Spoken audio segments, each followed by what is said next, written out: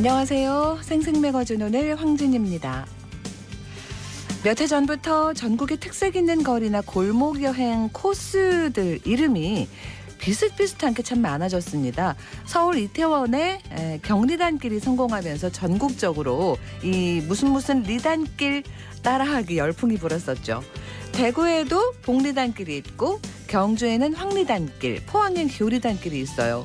근데 이런 이름을 붙인 거리들 가운데 나름 성공한 곳도 있습니다만 특색 없는 모습으로 반짝 관심에 그친 곳들이 사실 더 많습니다. 최근에 경주시에서 낙후된 구도심을 살리는 상권 르네상스 프로젝트를 본격적으로 시작했는데요. 중심 상권 이름을 금리단길로 바꾼다는 계획을 공개했습니다. 젊은 관광객들을 유치하기 위해서 이 리단길을 가져왔다고 하는데 상인들은 한때 유행했던 이름인데다 거리의 정체성도 사라진다면서 반대하고 있습니다. 지난해 한국관광공사가 지역의 골목 관광 상권을 진단하면서 살펴봤더니 전국에 이 리단길이 120여 곳이나 있었다고 합니다. 가장 경주다운 이름과 지속가능한 상권을 바라는 상인들의 생각이 반영될지 앞으로 나올 최종 용역 보고의 결과 기다려봐야겠습니다. KBS 대구 1라디오 생생매거진 오늘 10월 14일 금요일 순서 시작합니다.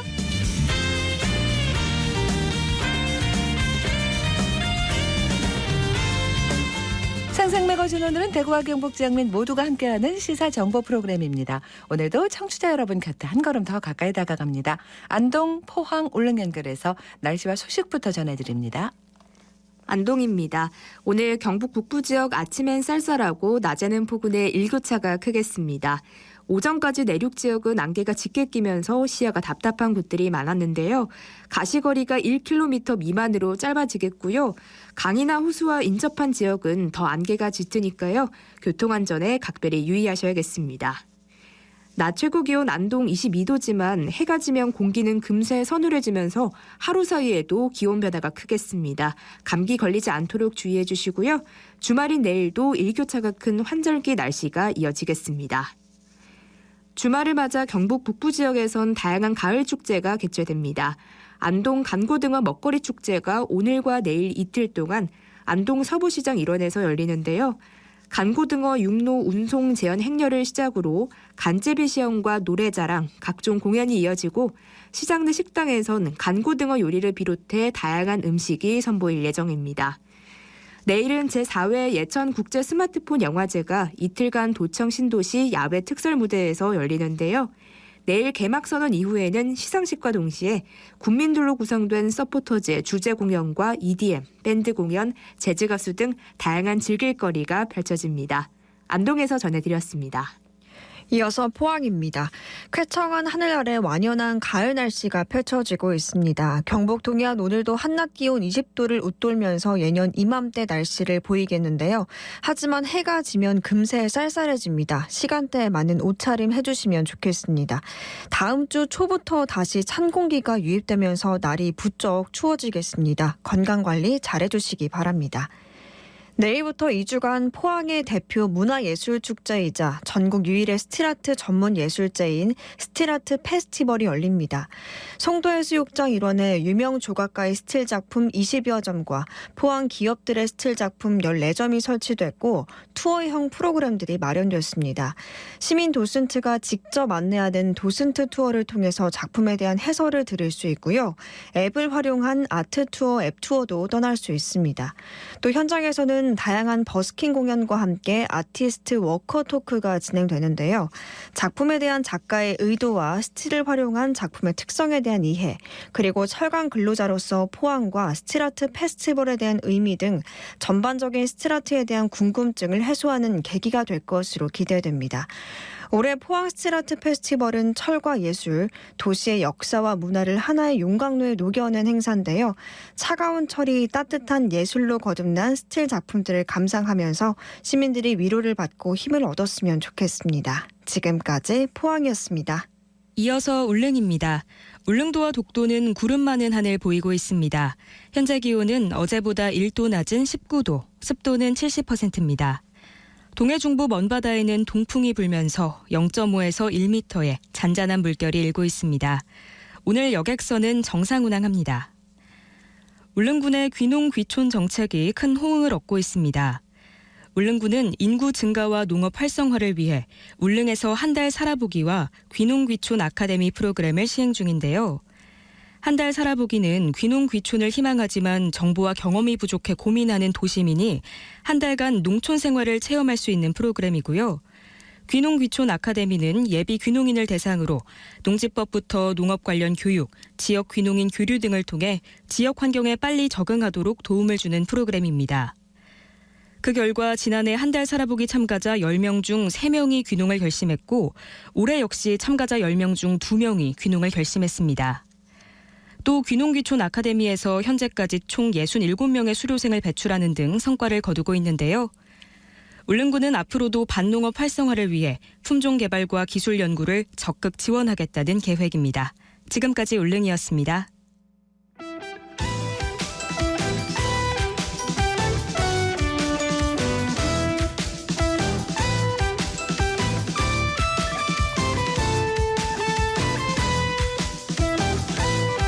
네, 오늘을 보는 키워드 뉴스 금요일에는 영남일보 정우택 기자와 함께합니다. 어서 오세요. 네, 안녕하세요. 네, 첫 번째 키워드 뭔가요? 네, 대중교통입니다. 네, 대중교통에 어떤 변화가 있다는 얘기인가요? 네, 최근 대구도시철도공사와 대구도시철도건설본부를 통합한 대구교통공사가 새롭게 출범했죠. 네. 김기혁 초대 대구교통사장은 교통시스템 개편안을 포함한 경영 혁신안을 발표했습니다. 네. 각 대중교통이 전체 수송량에서 차지하는 비중을 의미하는 수송 분담률은 줄어드는 반면 대구시 재정 투입은 크게 늘어 대책 마련에 나선 것으로 보입니다. 자, 수송 분담률이 떨어진다는 거 이용률에 낮아진다는 얘기 아니에요? 네, 맞습니다. 많이 떨어졌습니까? 네, 대구시에 따르면 대중교통 연간 이용자는 지난 2000년 기준 145만 명에서 2020년 106만 명으로 감소했습니다. 수송 분담률이 가장 높은 건 승용차로 전체 55%를 차지하고 버스와 택시는 각각 17%, 10%로 조사됐습니다. 네. 특히 1, 3호선을 운영하고 있는 대구도시철도의 경우 수송 분담률이 8%에 불과합니다. 많이 났네요, 도시철도가. 네. 자, 이렇게 되면 이제 재정 투입이 또 많이 늘어난다는 얘기잖아요. 네. 네. 대중교통에 투입되는 재정은 지난해 기준 4,122억 원에서 올해는 5,253억 원으로 늘어날 엄청나네요. 것으로 예상됩니다. 예. 1년 만에 1,000억 원 이상 증가하는 건데요. 대중교통 재정 지원은 앞으로도 더 늘어날 것으로 예상됩니다. 그래서 교통공사가 제시하는 혁신안이 구체적으로 어떤 내용인 거예요? 네, 우선 공사 측은 교통정보, 운임, 결제 등 스마트 모빌리티 통합 서비스를 제공하는 대중교통 통합 플랫폼인 마스 시스템을 도입할 계획입니다. 이를 통해 편의성을 향상시켜 대중교통 수요를 창출하겠다는 건데요. 네. 해당 시스템을 이용하면 출발지에서 도착지까지 가장 빠르고 저렴하게 대중교통을 이용할 수 있도록 정보를 제공하는 것은 물론 요금 정산 체제도 통합 관리됩니다. 네. 또 수요응답 교통 시스템인 DRT를 도입하고 정기권 도입, 버스 노선 체계를 개편하는 방안도 함께 추진합니다. 네. 전동 킥보드를 비롯한 개인형 이동 장치, 자전거와 연계한 체계를 구축하고 이르면 내년부터 시범 사업을 시작할 방침입니다. 네, 대중교통 개혁안이 나왔고 이외에 또 뭐 주목할 만한 게 있었다고 하는데 좀 알려주세요. 네, 대구도시교통공사는 갓바위 케이블카 사업도 맡아서 추진하겠다 밝혔습니다. 네. 김기혁 사장은 기자 설명회에서 지역의 수건 사업인 갓바위 케이블카 사업을 대구시 문화체육관광국과 TF를 구성해 추진할 예정이라 언급했습니다. 네. 이를 위해 민간이 참여하는 특수목적 법인을 설립하고 민간 사업자에게 과도한 수익이 돌아가지 않도록 제도를 마련할 계획입니다. 네네. 사업의 세부 사항은 연구 용역을 통해 결정하는데 이 과정에서 타당성을 면밀히 검토해 시민들의 피해를 최소화하겠다는 뜻도 밝혔습니다. 그래요. 자, 다음 키워드로 가죠. 뭔가요? 네, 교육 격차입니다. 네. 지역별 교육 격차를 얘기하실까요? 네, 대구 내에서도 각 기초지자체별로 교육 격차가 큰 폭으로 벌어지고 있습니다. 대구시 의회 연구단체인 대구 우정 미래포럼이 공개한 대구 구군별 교육 격차에 따른 지역 불균형 해소 방안 연구 결과를 보면 네. 서구는 조사 항목 5개 모두 미흡하다는 평가를 받은 반면 수성구는 모든 항목에서 최상위 등급인 우수 평가를 받았습니다. 달서구는 모든 항목에서 양호 이상을 획득해 수성구에 이어 교육 환경이 가장 좋은 지역으로 평가됐습니다. 네. 중구, 동구, 북구, 남구는 미흡을 받았고 서구와 달성구는 열악으로 분류됐습니다. 아, 그렇군요. 자, 이 평가를 하는 근거가 있겠죠. 기준을 어떻게 잡은 거예요? 네, 가구 소득, 학원 수, 사교육비 지출액 등 주로 경제적 요인을 토대로 연구를 진행했습니다. 네. 월 평균 가구 소득 200만 원 미만 가구 비율은 서구와 남구가 가장 높았고 수성구와 달서구는 대구 전체 평균을 밑돌았습니다. 또 구군별 사설 학원 수는 2020년 기준 수성구 26.5%, 달서구 26.1%로 두 지자체의 대구 전체 학원의 과반수가 밀집돼 있는 것으로 집계됐습니다.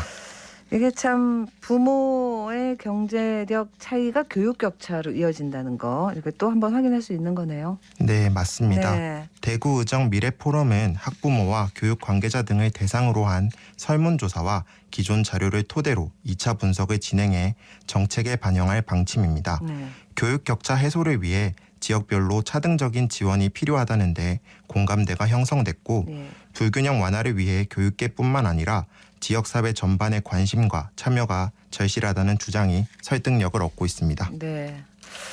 자, 대구시 의회 차원에서 이런 연구 결과가 나온 거니까 이렇게 정책으로도 꼭 반영이 잘 되기를 바랍니다. 다음 키워드는요? 네, 업무 보고회입니다. 네. 업무 보고 어떤 얘기예요? 네, 연말이 다가오고 내년도 사업 계획을 수립하는 데 분주한 시점인데요. 네. 각 지자체를 비롯한 공공기관에서는 업무 보고회를 진행하고 있습니다. 최근 경산시가 예년과 다른 업무 보고회를 개최해 눈길을 끌고 있습니다. 국장 이상 간부급 공무원이 아닌 6급 이하 실무자들이 보고에 나선 건데요. 네. 시청 내부망을 통해 생중계도 진행해 참여율을 높였습니다. 간부 공무원과 지자체장 위주로 보통 업무 보고회 하는데 이 문턱을 낮췄다는 거네요. 네, 그동안 경산시는 주요 업무계획 보고회의 경우 시장, 부시장, 국장, 과장 등 10명 남짓이 참석해 진행했지만 네. 지난 12일 진행된 보고회에선 팀원급이 주로 발표를 맡았습니다. 보고를 마친 후에는 질의응답식으로 토론을 하는 시간도 가졌습니다. 발표자 외에도 타부서 공무원도 다수 참석해 회의실에는 50명이 넘는 인원이 모였습니다. 많이 달라졌네요. 이전과는 그죠? 네, 네. 공직 사회는 위계 질서를 중요시하는 탓에 효율성을 추구하지 못한다는 지적이 많은데요. 내년도 핵심 사업을 설명하는 보고회에 대한 참여율을 높임으로써 업무 이해도를 높이고 협업을 촉진하겠다는 의도입니다. 네. 반응도 긍정적입니다. 당초 희망자에 한해서 보고회에 참여하라는 공지가 있었지만 네. 젊은 층 공무원 다수가 자발적으로 참여한 것으로 전해졌습니다. 그래요. 작은 변화지만 이런 그 오래된 관행을 하나하나씩 바꾸는 게 체계적으로 쭉 이어지면 좋겠습니다. 다음 키워드는요. 네, 서상돈 선생입니다. 서상돈 선생 하면은 대구의 그 국제보상운동 주도하신 분이잖아요. 네, 독립운동가. 맞습니다. 네네. 경북 김천 출생의 서상돈 선생은 독립협회 만민공동의 관부로 활동한 독립운동가였습니다. 1907년엔 대구의 광문사에 재직하던 중 국채보상 취지서를 발표하면서 전국으로 국채보상운동이 확산하는 계기를 마련했습니다. 네. 대구에서 시작된 국권회복운동의 뜻을 기리기 위해 서상돈 고택을 보존하고 국채보상운동 기념공원 및 기념관을 설립, 운영 중인데요. 네. 지역 곳곳에 설치된 시설물에 쓰여진 서상돈 선생의 한자가 잘못 표기돼 있던 어머. 것으로 확인돼 이를 바로잡아야 한다는 지적이 나왔습니다. 이렇게 부끄러운 일이 아니 어쩌다 이렇게 된 거예요? 네, 요즘 대구의 건설 현장이 많은데요. 네. 현장 가림막에 각 지자체를 상징하는 이미지를 현수막 등으로 제작해 부착하곤 합니다. 네. 문제는 중구청이 제작 배포한 이미지에 이름이 다르게 표기돼 있었다는 겁니다. 또 국채보상운동 기념관에도 한자가 오기된 안내판이 설치돼 있었던 것으로 파악됐습니다. 아유, 그랬군요. 네, 중구청 측은 시설물 설치 과정에서 인터넷상 정보를 발췌해 이 같은 일이 벌어진 것 같다 해명했습니다. 사실 서상돈 선생의 한자 이름이 잘못 알려진 탓도 있었는데요. 네. 3년 전 열린 학술 대회에서 의견이 엇갈리자 국채보상운동 기념사업회 측이 가문을 찾아가 족보를 확인해 올바른 한자 이름을 확인했습니다. 이제 바로 잡은 거예요, 그러면? 네, 지난달 관련 보도가 나간 이후 중구청은 공사 현장 가림막을 교체했습니다. 또 국채보상운동 기념관의 경우 안내판을 일부 수정한 상태인데요. 네. 기념관 측은 시설 내부 총 3곳에 관련 오류를 발견해 임시 조치를 했으며 추후 예산이 편성되면 알림판을 교체하는 것도 검토하고 있습니다. 네, 더는 이런 실수 없어야겠습니다. 다음 키워드는요? 네, 100% 감면입니다. 네, 어떤 걸 감면한다는 얘기예요? 네, 정부가 인구 감소 지역으로 이전하는 기업에 대해 재산세와 취득세를 일정 기간 100% 감면하는 내용을 담은 지방세입 관계법률 개정안을 마련했습니다. 네. 행정안전부는 최근 국무회의를 통해 이 같은 내용을 골자로 하는 개정 정부안을 확정했습니다. 지난 8월 입법 예고가 있었고 추후 국회 논의를 거쳐 내년 1월부터 적용할 예정입니다. 네. 세금 100% 감면은 세금 안 내게 주겠다는 거잖아요. 이거 완전 파격적인 건데 이제 인구 감소 지역에 활력을 좀 불어넣자 네. 그런 정책이겠죠. 그러면 인구 감소 지역이라는 건 어떤 뭐 정의가 있을 거 아니에요, 그죠? 네, 인구 감소 지역은 균형 발전 특별법에 따라 행안부 장관이 지정하는 지역을 의미합니다. 경북의 경우 고령, 군위, 문경 등 16개 시군이 이에 해당합니다.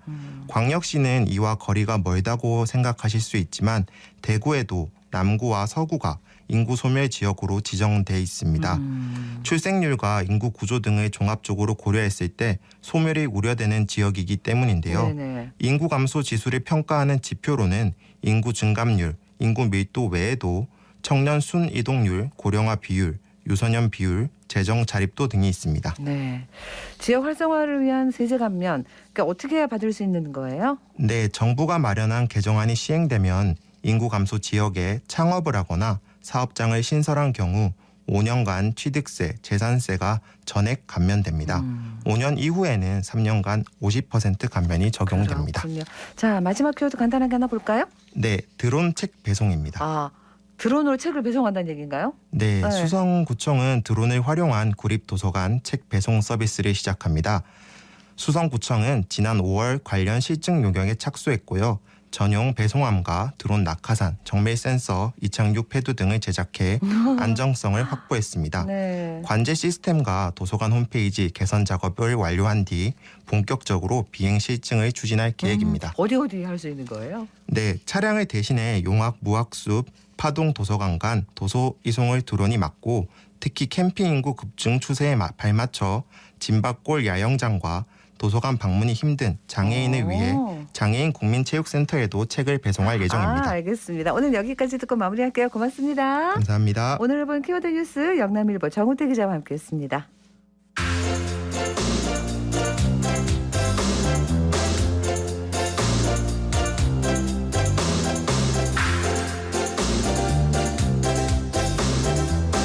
네, 아름다운 하모니를 선사하는 대구 시립합창단이 관객을 찾아가는 음악회를 어제부터 하고 있어요. 윤가영 리포터가 다녀왔습니다. 좋았겠습니다. 네, 너무 좋았습니다. 어서 오세요. 네, 저는 어제 한 대학교 병원 의료인과 교직원 또 학생들을 대상으로 올해 처음으로 선보인 대구 시립합창단에 찾아가는 음악회를 다녀왔습니다. 네. 코로나로 많은 분들이 좀 힘들었지만 그렇죠? 그중에서도 의료인분들이 누구보다 힘든 시간을 맞아요. 보냈잖아요. 네. 그 시간들이 여전히 이어지고 있는데 이 대구 시립합창단에 찾아가는 음악회, 먼저 합창단의 아름다운 하모니와 합창단의 부지자 그리고 합창 단원의 이야기까지 함께 들어보시죠.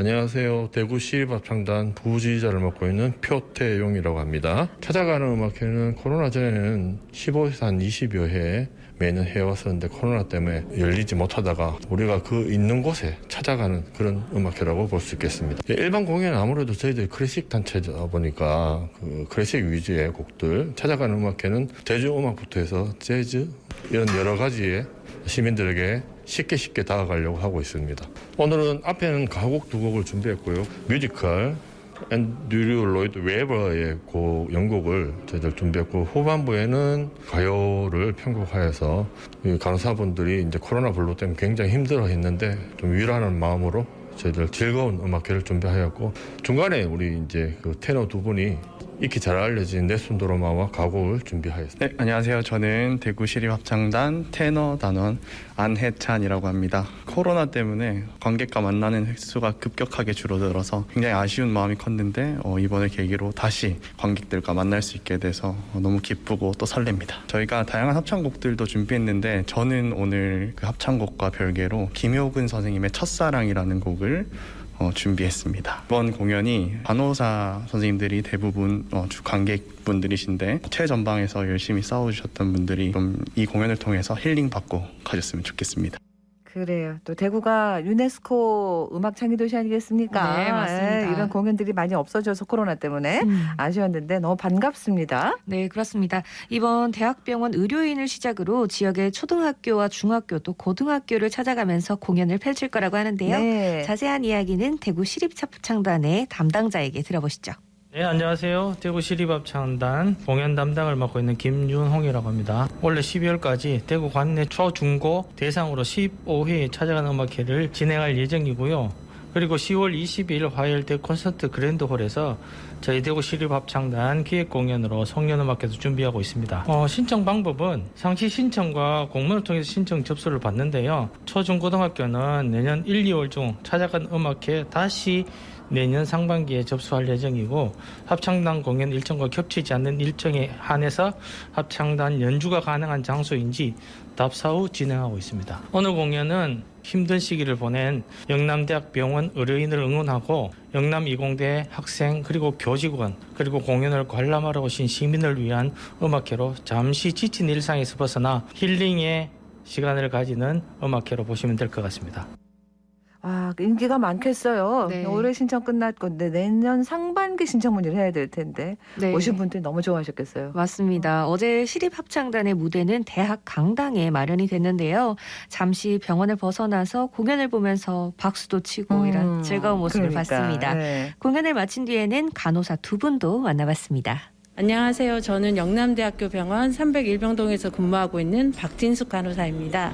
바쁘고 힘든 일상 속에 조금 지쳐 있었는데 멋진 음악회를 통해서 조금 힐링이 되는 시간이었습니다. 솔직히 마음은 자주 가고 싶은데 마음적 여유가 없어 많이 찾지는 못하고 있습니다. 서로의 목소리를 기울일 수 있는 시간이 됐고 또 그 목소리를 통해서 멋진 하모니를 낸다는 것이 크나큰 감동이었습니다. 저처럼 마음은 있지만 음악회를 가지 못하는 사람들에게 멋진 공연을 즐길 수 있는 또 하나의 기회였던 것 같습니다. 영남대학교 병원 간호본부 간호교육팀 최선아 간호사입니다. 제가 공연을 보는 거는 되게 좋아하거든요.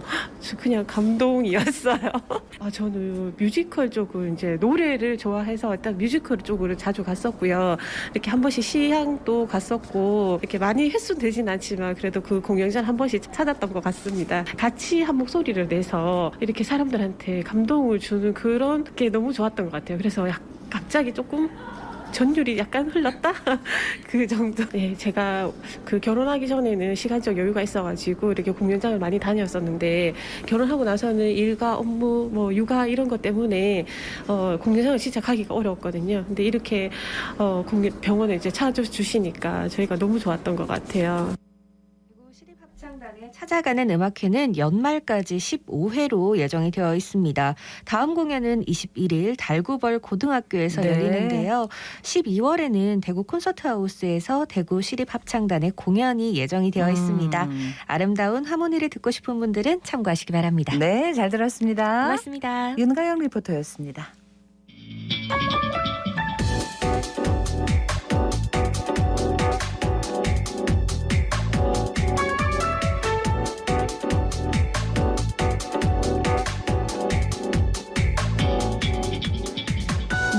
듣고 생각과 마음을 나누는 방송.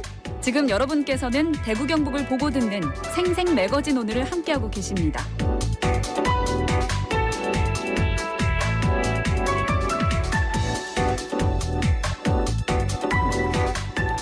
자, 다시 읽는 역사 정만진 작가 함께합니다. 어서 오세요. 예, 안녕하세요. 10월 15일 내일입니다. 내일이 체육의 날이라서 오늘 이거 뭐 정한 배경이라든가 또 우리나라 체육의 역사도 좀 알아보려고 합니다. 국가기념일이 워낙 많긴 한데 저는 체육의 날은 사실은 처음 듣는데요. 예. 언제 지정이 된 거예요? 뭐 오래됐습니다. 1962년이니까 벌써 뭐 굉장히 오래됐죠. 그렇네요. 근데 60년, 네. 그로부터 또 10년이 지나가지고 올림픽의 날이라는 게 있었어요. 그래서 그건 기억나십니까? 아니요. 예.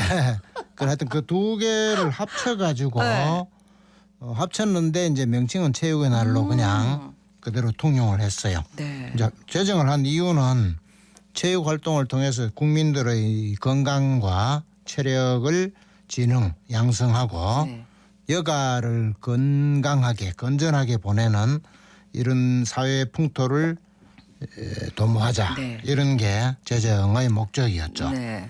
말하자면 이제 체육에 대해서 국민들이 올바른 인식을 가지도록 하는 데에 정부가 역할을 하겠다. 그게 제정 취지라고 볼 수 있습니다. 급 궁금한 게 생겼는데요. 그러면 체육에 대해서 우리가 잘 모르고 있다면 이런 얘기가 되나요? 올바른 의식을 고쳐야 한다는 게? 그렇죠. 그 당시 1962년에 정부가 생각할 때도 그랬고 지금 또 이제 체육에 대해서 그러니까요. 잘못 생각하고 잘못 인식하는 경향이 들어 있죠. 단적으로 예를 들면 우리가 보통 전국체전이라고 하는데 그게 이제 준말이고 전국 체육대회거든요. 그렇죠. 네. 그 행사 명칭이 우리가 체육을 잘못 이해하고 있다는 걸 말해줘요. 그러니까 소년체전도 마찬가지 소년체육대회인데 요즘 가을철이기 때문에 길에 보면은 무슨 학교들이 이제 동창회 체육대회라는 걸 한다고 맞습니다. 현수막이 많이 붙어 있는데 이것들도 체육에 대해서 이제 오해해서 그런 명칭이 붙었어요. 말하자면 동창회 체육대회를 하는 것을 보러 가거나 혹은 전국 체육대회나 소년 체육대회를 직접 보거나 또 중계를 통해서 보면 선수들이 체육을 하고 있는 게 아니라 운동을 하고 있어요. 그러니까 행사 명칭이 틀렸죠. 체육하고 운동이 다르다. 그렇죠. 그러니까 체육대회라면 체육을 해야 되는데 정작 보면 운동을 하고 있으니까 운동 경기를 하는데 체육대회라고 잘못 붙였다. 왜냐하면 운동이라는 용어는 뭔가를 바꾸기 위해서 사람이 움직이는 걸 말합니다. 쉬운 예를 들자면 일제강점기 독립운동 시기에 우리나라 사람들이 독립운동을 한 것은 남의 국가 혹은 민족의 지배를 받고 있는 식민지 상태를 독립자주국가로 바꾸겠다. 그래서 독립운동이라고 하고 독재 정권 하의 사회를 민주주의 사회로 바꾸겠다고 하면 민주화 운동이라고 하죠. 그러니까 사람이 어떤 개인이 자기 몸을 건강하고 아름답게 바꾸겠다고 하는 것을 신체 운동이라고 하는데 그걸 신체를 줄여서 보통 운동이라고 하거든요. 그러니까 전국체전이나 소년체전에 가보면 신체 운동을 한 결과를 가지고 각 시도나 학교끼리 선수들이 나와서 경기를 하고 있잖아요. 운동 시합을 하고 있죠. 그러니까 체육을 하는 게 아니다 이런 뜻입니다. 그 체육은 뭔데요? 그래도 약간 체육이 뭐지 싶은데 헷갈립니다만은 체육에는 육자가 들어있잖아요. 그러게 왜 들었나 면 체육이 교육의 한 과정이다. 한 분야라는 뜻이죠. 그러니까 체육은 몸을 통해서 하는 교육입니다. 다들 아시다시피 자기 스스로 어떤 인내심이나 목적을 가지고 몸을 체계적으로 부지런히 움직이면 몸의 변화가 일어나죠. 그러니까 건강해진다, 뭐 날씬해진다, 튼튼해진다. 이런 변화를 통해서 사람이 자신감을 가지게 되고 자긍심을 가지게 되고 아 나도 뭔가를 할 수 있구나라는 이 자기 자신에 대한 믿음도 발생하기 때문에 몸을 체계적으로 잘 움직이는 것은 교육적으로 해야 할 일이다. 그러니까 체육은 교육이다. 이런 거거든요. 그러니까 네. 학교에서 체육 교육 교과가 발생해 있죠. 있는데 네. 소년체전 등에 가보면 체육 교육적 활동을 하는 게 아니라 운동을 하는 거다. 결과인 운동만 하잖아요. 네. 그러니까 용어상 잘못 우리가 이해하는 부분이다. 너무너무. 이런 설명입니다. 네. 그러니까 이제 개인적으로 신체 단련을 하는 건 운동. 그렇죠. 다른 사람하고 그거 경쟁하면 시합, 운동 시합인 거고. 그렇죠. 그러니까 체육은 교육을 목적으로 한다. 이게 다른 그렇죠. 거군요. 네, 체육은 교육입니다. 그러니까 역사가 바뀌면 교육이 바뀌잖아요. 네. 그래서 체육에도 깊은 역사가 있는데 우리나라에서 체육이 본질적으로 그 성격이 변한 것은 갑오개혁, 연도로 말하면 1894년에 네. 늘 기준으로 앞뒤로 많이 바뀌었는데 그전은 주로 나라를 지킨다거나 민족이나 가족이나 향토를 지키기 위한 이 전쟁이나 방어 개념이 작용한 게 체육이었어요. 그러니까 네. 말을 탄다, 활을 쏜다, 창을 던진다, 검술, 칼을 휘두른다 뭐 이런 예. 것.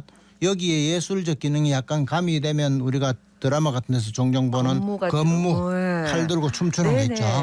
또 통신사가 일본에 가서 말 타고 말 위에서 재주를 부리는 이런 마상제라는 이런 것들이 되는데 더 옛날에는 주로 이제 먹고 사는데 도움이 되기 위한 사냥하는 게 이제 운동 체육이었죠. 그러나 이런 일들은 이제 1894년 갑오개혁 이후로는 개념이 많이 바뀌게 됩니다. 그러니까 이 시대에 따라서 체육도 이렇게 달라진 거고 일단 교육이라는 것의 목적이 어떤 뭐 인격 완성 뭐 이런 거 있으니까 바람직한 인간형에 대한 사회적 인식이 그렇게 바뀌었다 이렇게 볼 수도 그렇죠. 있겠네요. 그걸 체육과 연결해서 말씀드리자면 이제 요즘 좀 덜 쓰지만 왕년에 바둑을 나라에서 제일 잘 두면 국수라고 했잖아요. 네, 맞아요. 그럼 활을 제일 잘 쏘면 주몽이라고 했거든요. 그럼 주몽하면 고구려 시조인 동명성왕을 흔히 떠올리는데 말하자면 주몽이 한 사람이 아니라 많이 있었다 이 얘기죠. 그중에서 최고 주몽이 말 그대로 주몽 동명성왕인 거죠.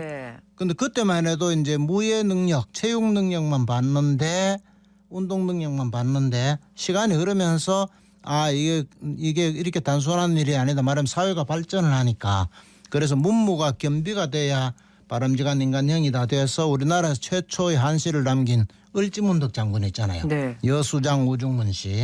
그러니까 을지문덕 장군 같은 사람을 최고의 인간형으로 생각하기에 이제 사회가 바뀌었고 시간이 점점 물러 이제 조선시대로 가면 이제 양반이 되잖아요. 그러니까 문인만 아니라 무인도 문인과 양면성 그 양적 성격을 다 잘 갖추는 게 인격적으로 완성체다 해서 그렇게 보는 걸로 시대가 바뀌죠. 지금 말로 하자면 몸도 튼튼하고 정신도 튼튼하고 맞아요. 지식과 교양이 있어야 한다. 뭐 이런 정도로 보면 되겠습니다. 전인교육이라는 얘기죠. 그렇죠. 그러면은 지금 우리나라가 이 시대에 맞는 체육교육을 하고 있는 걸까? 그거 궁금한데 요즘 사실 운동도 애들이 공부한다고 잘 못하거든요. 그렇죠. 지금 뭐 흔히 말로 이제 암기 위주 입시 교육을 하다 보니까 맞아요. 학교에서 체육이 약간 소홀해지기도 하고 또 학교에 교기가 있어도 예를 들어 농구가 교기인 학교라면 그 학교 학생들이 다 농구를 조금씩 해야 하는데 선수만 하고 엘리트 교육만 하고 그렇습니다. 엘리트 체육만 하고 일반 학생은 안 하는 이런 병폐가 있어서 흔히 하는 말로 지덕체 정신이 좀 소홀해졌다. 그렇게 볼 수 있겠죠. 체육이 그만큼 중요한 건데 우리가 잘 인식을 못하고 있고 좀 외면하고 있는 것 같아요. 그렇죠. 그죠. 그래서 뭐 대구에서 벌어진 그 상징적인 사건은 이제 2003년에 하계 유니버시아드 대회를 했잖아요. 했을 때 북한 선수들이 왔는데 일부 그 체육에 대한 오해를 하는 분들이 북한 선수들 앞에서 뭐 김정일 타도 이런 걸 외치고 하다가 서로 다투기도 하고 또 인공기를 태우려고 하다가 말리는 경찰을 폭행하기도 하고 이래 가지고 이게 세계적인 뉴스가 되기도 했는데 이게 이제 체육에 대한 말하면 운동을 왜 하느냐에 대한 이해가 부족해서 발생한 그런 안타까운 사건이라고 일이죠. 말할 수 있죠. 있었습니다. 그러니까 우리가 세계에서 유일한 분단 국가다라는 걸 그렇게 참 네, 아이러니하게 보여줬어요. 슬프게 그죠? 그렇죠. 그때 북한도 또 좀 바람직하지 못한 미성숙한 행동을 보였는데 그때 이제 좋은 뜻에서 북한 선수가 왔는 걸 환영하는 좋은 뜻에서 당시 대통령인 김대중 대통령하고 이제 김정일 국방위원장이 웃으면서 악수하는 사진을 길 네. 현수막으로 붙여놨는데 네. 마침 비가 와서 그 현수막이 젖었어요. 네. 젖었다고 북한 선수단이 김정일 위원장 모욕했다 뭐 이런 거. 모욕했다 해서 그 현수막을 떼가지고 예천에서 시위하고 한 일이 그랬었네요, 있었는데 진짜. 아. 이런 일들은 역시 체육이나 운동에 대한 이해 부족이다. 그래 볼 수 있습니다. 이념이 들어가면 안 되는 건데 그죠? 그렇죠. 체육은 체육인데 말입니다. 10월 15일이 체육의 날인데 이 체육의 날에도 뭐 좋지 않은 일들이 있었더라고요. 그게 과거에. 또 대구에서 또 삼성 그러니까요. 야구단이 2학년에 네. 좀 잘못해가지고 우리가 질타받은 적이 있는데 네. 2015년인데 야구단 일부 선수들이 마카오에 가서 원정 도박을 해가지고 이제 사건이 됐는데 그게 10월 15일인 거죠. 그게 마침 또 체육의 네. 날이었기 때문에 더 큰 뉴스가 됐죠. 네. 이때 이제 홍콩을 경유해가지고 마카오로 가면 이제 이 행선지가 출입국 안 관리사무소에 걸린다고 이런 거? 들키지 않는다 해서 조직 폭력배까지 개입해가지고 맞습니다. 은밀히 그렇게 했으니까 일종의 범죄였죠. 계획이죠. 계획 범죄죠, 이거는. 그렇죠. 그러니까. 이제 이런 일이 벌어지면 안 되는데 요 근래에도 유명한 어떤 운동선수가 우리나라는 학교에서 운동선수한테 수업 너무 많이 한다 이런 발언을 한 적이 있는데 네네. 이게 다 이 체육교육은 운동하는 데 목적이 있는 게 아니라 교육. 인성교육이 네. 있다는 걸 잘 그렇죠. 모르는 그런 오해의 소지라고 말씀드릴 수 있겠습니다. 그래서 학교에서부터 이런 게 체계적으로 진정한 의미를 찾아서 그런 교육을 해야 한다. 그렇죠. 그렇습니다. 2002년 월드컵, 2003년 하계 유니버시아드를 위해서 우리가 대구 스타디움 지었잖아요. 그죠? 네, 거기 그렇죠. 훌륭한 이제 자산으로 네, 월드컵 남아있죠. 경기 했잖아요. 역사적인 3, 4위전. 그게 지금 또 여전히 그런 자산으로 남아 있는 곳이에요. 그죠? 그렇죠. 네. 그리고 또 일반 시민들이 약간 이제 잊으셨는데 유니버시아드 대회 할 때에도 선수촌 아파트를 동변동에 지었잖아요. 네네. 그래서 그 아파트가 남아 있고 그 맞은편 서변동에 이제 유니버시아드 대회를 했던 걸 기념하는 레포츠 센터가 큰 게 네. 있는데 그 1층에 가면은 또 네. 대구 서변동 선사유적 전시관이라는 게 있어요. 아, 그래요? 그래서 서변동에서 신석기 유물이 많이 발굴된 걸 기념해서 마련한 공간인데 이때 서변동에서 이제 빗살무늬 토기 등이 발굴이 되면서 대구 역사가 바뀌었다고 해서 다들 좋아했었죠. 아주 의미 있는 거죠, 진짜. 그렇죠. 대구 서변동 선사유적 전시관이 있다는 것도 기억을 해야 되겠습니다. 유니버시아드 대회를 계기로 대구의 역사가 바뀌었다. 그런 의미가 지금 말씀하신 그런 거죠? 그렇죠. 네. 그러니까 그 전까지는 청동기 시대부터 대구에 사람이 네, 사는 네. 걸로 알았는데 그 전에도 살았다는 서변동에서 거. 이제 빗살무늬 토기 등 신석기 유물들이 발굴이 되면서 대구 역사가 3,000년 정도 더 거슬러 올라갔으니까 네. 대구 역사가 바뀌었죠. 실제는 대구 역사는 정해져 있지만 우리가 이제 알게 된 게 바뀌었다. 그렇습니다. 그래서 이 가면 또 왕건 전투지기도 하고 요즘은 또 경치도 아주 좋아요. 가을이라서 맞아요. 꼭 한번 가보시기 바랍니다. 아, 알겠습니다. 오늘 좋은 말씀 고맙습니다. 예, 고맙습니다. 야심면 역사 정만진 작가와 함께했습니다.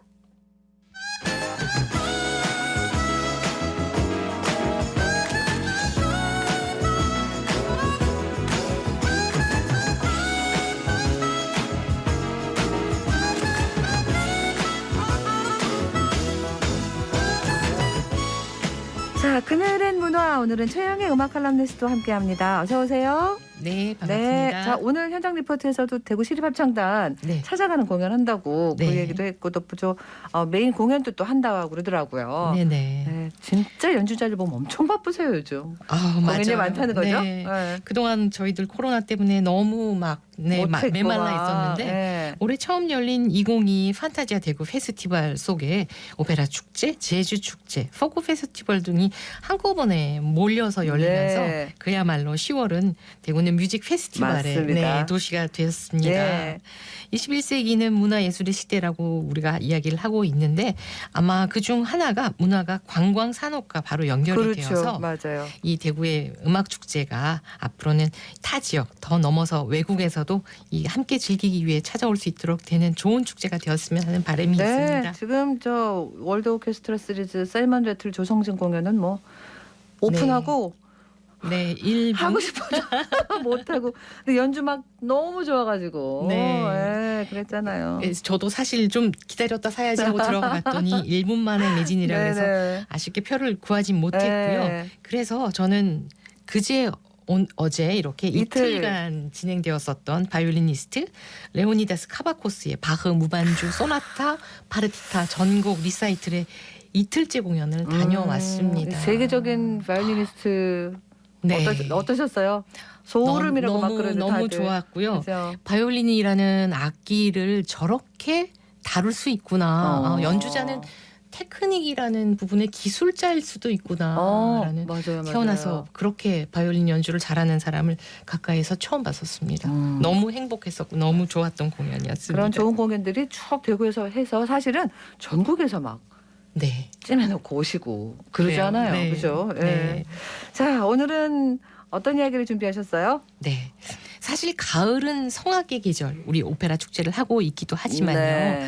특히 예술 가곡의 계절이 아닐까 생각합니다. 맞습니다. 물론 예술 가곡을 꼭 뭐 봄이나 가을에만 들어야 한다라는 규칙이나 원칙이 있는 건 아니지만 전 세계 많은 예술 가곡들 중에서 계절을 노래하는 특히 봄이나 가을을 노래하는 내용의 작품들이 많고 또 그런 곡들이 널리 유명한 것 또한 사실일 것 같습니다. 그만큼 가을이라는 계절과 예술 가곡은 정서적으로 잘 맞는 공유하고 있는 게 아닌가 싶은데요. 클래식 음악의 출발은 분명 가사가 있는 음악, 시 혹은 문장을 낭송하면서 시작되었을 거라고 믿고 있습니다. 그것이 종교적인 기능의 음악으로 출발했다 하더라도 이후에 인간의 감정을 노래하면서 가곡이라는 장르가 성악에서 주요 장르로 이렇게 차지하게 되었는데요. 사실 가곡이 주요 장르가 된 역사는 그리 오래되지는 않았습니다. 전 진짜 오래됐을 거라고 생각했거든요. 음악은 존재했었지만 주요 장르의 그런 어떤 취급, 대접을 받지는 못했던 거죠. 특히나 오페라가 등장하면서 이제 가수가 부르는 아리아, 독창 아리아가 인기를 끌면서 가곡은 더 좀 상대적으로 좀 잊혀진 것이 아닌가 싶은데 가곡이 빛나기 시작한 리사이틀 형태로 독창 가곡을 부르기 시작한 시대는 19세기 낭만주의 시대부터라고 말씀드릴 수 있습니다. 진짜 그렇게 보면 오페라는 진짜 또 오래됐잖아요. 네네, 400년이 넘죠. 그러니까 뭐 몬테베르디 이런 분들이 막 그죠? 바로크 시대를 때 막 지은 거 생각하면 그렇지만 그 짧은 역사지만 너무 아름답고 좋은 가곡들이 많단 말이죠. 맞습니다. 네. 그만큼 많은 사람들이 청중들이 예술 가곡을 사랑했었다라는 의미도 있을 텐데요. 낭만주의 시대 독일에서 예술 가곡이 번성한 이유에는 아마 낭만주의 문학이 꽃피었기 때문이 아닐까 싶습니다. 문학가들이 많았다. 그렇죠. 하이네, 뮬러, 레슈타프 같은 뛰어난 시인들이 좋은 작품을 많이 써냈기 때문에 어쩌면 예술 가곡이라는 장르가 만들어진 게 아닌가 싶습니다. 괴테도 시 가지고 많이 음악가들이 또 썼고 그렇죠. 하이네 뭐 말할 것도 없죠. 그러니까 우리 이 슈베르트나 낭만시대의 슈만이나 브람스 같은 음악가들을 감동시켰던 그런 그 문학가들에게 우리가 또 감사를 해야 되겠습니다. 맞습니다.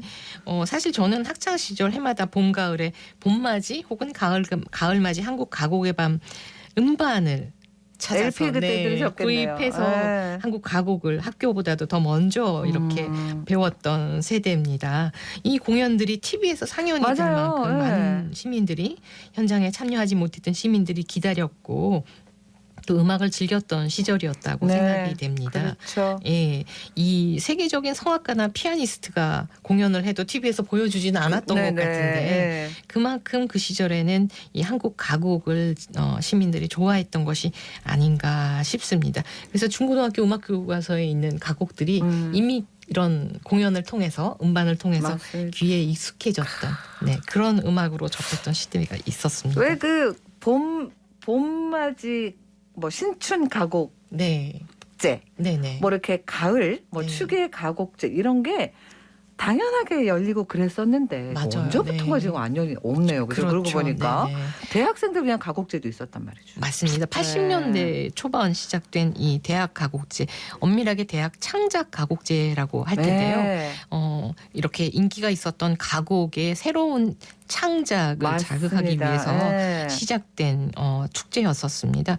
그 시절에 한국 창작 가곡 이 만들기 운동 덕분에 오늘날 젊은 성악가들이 그럼요. 무대에서 레퍼토리가 한국 가곡을 많아지는. 부르면 이런 가곡들을 불러서 그렇습니다. 사실 저희에게는 조금 낯설긴 하지만 네. 또 새로운 우리 가곡의 레퍼토리의 폭을 더 넓혀주는 것이 아닌가 싶습니다. 맞습니다. 이 가곡은 민요와는 또 구별되는 높은 예술적 수준의 성악음악이라고 할 수 있을 겁니다. 독일 가곡을 우리가 리트라고 부르고 그렇죠. 프랑스 가곡을 멜로디라고 러시아 가곡을 로망스라고 부르는데 우리나라 한국 가곡도 이런 예술 가곡의 장르에 맞습니다. 예술 가곡이죠. 네, 들어갈 수 있지 않나 싶습니다. 네. 자, 우리가 이제 오래 전부터 부르는 그런 가곡들이 있고요. 네. 그리고 또 지금 그 말씀하신 대학 가곡제나 이런 걸 통해서 이렇게 젊은 그 음악가들이 많이 새로운 가곡들을 써서 네. 그런 곡들을 요즘은 또 많이 이렇게 부르는데, 네. 근데 다 그렇게 교감은 될 것 같아요. 음악이라는 가곡이라는 틀 안에서. 그렇죠. 그렇겠죠? 네. 네. 사실 그 가곡을 듣는 이유가 각 나라 그 청중들이 가곡을 듣는 이유가 아마 텍스트에 대한 문학적 이해, 공감, 교감이라는 큰 부분이 있기 때문에 네네네, 그렇죠. 보다 쉽게 감정을 맞아요. 공유할 수 있기 때문이 아닌가 싶습니다. 저희가 이탈리아어로 부르는 오페라를 들으면서 가사를 이해해서 듣는 거는 멜로디잖아, 그렇죠. 우리는. 그죠? 순수하게 선율의 아름다움을 듣지만 이 가곡이라는 장르는 문학도 즐기고 네. 그리고 또 음악도 즐기고 또 가수의 어떤 또 퍼포먼스도 즐기는 이런 또 색다른 맛이 있는 것이 아닌가 싶습니다. 아, 진짜 그 우리나라 음악을 우리가 가곡을 좋아할 수밖에 없는 게 우리말로 된 텍스트, 시 그렇죠. 이런 네. 걸로 하니까 완전 맞습니다. 와닿잖아요. 네네네. 감동하고. 네, 그죠? 네. 그 문학적인 이해라는 게 참 어려울 텐데 그걸 네. 음악 안에 녹여냈어요. 그죠? 네. 사실 그래서 한때는 그런 이야기도 했었었죠. 아주 그 뛰어난 젊은 성악가가 한국 가곡을 부르면 이상하게 가사가 잘 들리지 않는다라는 그런 맞아요, 이야기를 맞아요. 한 적도 있는데 최근에는 이제 가수들도 성악가들도 이 가곡에 있어서는 텍스트에 대한 이해, 네, 문학적인 그런 어떤 탐구를 굉장히 많이 하면서 발음 그리고 가사의 내용에 대한 전달에도 더 많이 노력을 하면서 좀 더 이 가곡을 즐기는 청중들이 더 수준 높은 감상을 할 수 있게 된 것이 아닌가 싶습니다. 아, 진짜 그 우리 성악가들 얘기 들어보면 한국 가곡 정말 어렵다고 부르기가. 네. 근데 이탈리아어로 된 그 오페라 아리아가 오히려 네. 이 발음이나 이런 게 구조 때문에 그렇다고 그러더라고요. 네네. 우리 말인데도 네. 그게 문학적인 이해가 돼야 된다. 네. 그런 얘기입니다. 네. 자, 우리 가곡 한 곡 준비를 해오셨어요? 네. 뭐 들어볼까요? 네. 가을 하면 또 가을 노래들이 참 많지만 우리 대구가 나온 제1세대 한국 가곡 작곡가입니다. 현재명 선생의 가곡들이 계절 노래가 많습니다. 네. 현재명의 산들바람 들으면서 가을을 즐겨보시면 어떨까 싶습니다. 예술 가곡을 하는 그런 분들을 모아서 협회 이런 것도 있는데 좀 다양하게 가곡 무대 많이 만들어 주시면 좋겠습니다. 네. 오늘 고맙습니다. 감사합니다.